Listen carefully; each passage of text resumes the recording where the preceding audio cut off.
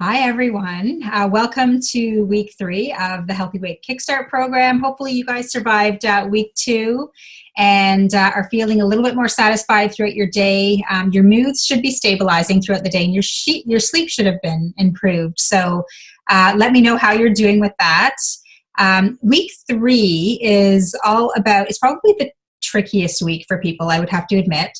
But we're going to do it gradually. So what we're going to start focusing on in week number 3 is improving your digestive system. So one of the foods that I think many of you have heard about, wheat, is very difficult to digest. There's a lot more gliadin in the wheat products now. So twice the amount of protein to digest, and they've made the crop a lot hardier, which is great for the farmers for selling the crop, but it's not great for our digestive system. So it's causing so many issues with people, digestive issues. And it shows up really differently for people, and that's why this makes it really challenging. And your doctor might say, no, we'll do a celiac test on you, and you might show up fine, but it doesn't mean that your body's not having problems digesting wheat, okay? So there's clear symptoms that show that you might be having difficulties. First one is gas, bloating after eating. You could be feeling like your stomach is sticking out really far. You could be noticing skin issues, so really bumpy, kind of chicken skin, I call it. If you get bumps on kind of the back of your arms, that can definitely show that you might be not digesting wheat very well.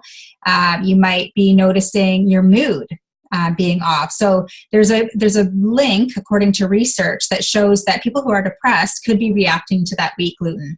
And so a lot of people, when they take wheat and gluten out of their diet, me included, notice a huge difference in sort of mood management. So that's a really big thing as well. So we're going to be making a shift this week, and we're going to be getting rid of all of our gluten products, or at least wheat products to start off with. And we're just going to try some new ones. And this is not about feeling deprived and feeling like you can't have things, because there are so many amazing gluten-free products out there right now. But what we don't want to do is start buying the unhealthy gluten-free products, because there's a lot of that out there right now. What we want to start doing is continuing to eat real food, more real food, filling up on nutrition so that we're not craving the carbs and the breads. But there are a couple of favorite gluten-free products that I do still use when I'm craving breads. The first one is it's like a brown rice tortilla. Okay, so it's Enjoy Life brown rice tortilla. I love it. It's great if you're kind of feeling like that carbohydrate crunch. And what I often do is I put it in the oven. I sprinkle a little bit of cheese on it, or Daiya cheese is the vegan cheese, and broil it for 5 minutes, and it comes out really crunchy, and it's a nice little snack. But again, we don't want to overdo this when we're trying to lose weight. And then another good option is something called Food for Life, and it's a sprouted grain product. So have a look there, Ezekiel. Okay, so this comes in bread form as well, not just tortilla. And this does have wheat grain in it, however, it doesn't have flour in it. So some people do better digesting the sprouted grain products. So this, if you're going to eat bread, is probably the healthiest way to go. But for those of us who still have compromised digestive systems, so we're seeing some of the symptoms that I mentioned before, then you might not even be able to digest this. You're going to have to do a little bit of experimenting here. For me, I don't digest it very well, so I like to stick with the gluten-free products. I don't eat as much bread as I used to, because I just don't like the gluten-free breads out there. And trust me, you're going to get there as well.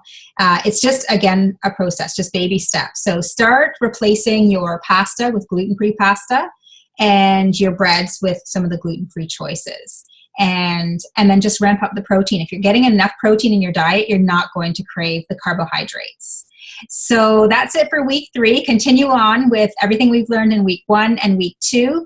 And just keep posting, letting me know how you're doing, letting me know any symptoms that you're feeling, and we can hopefully address those as we go along through the week. All right, thanks guys. Good luck.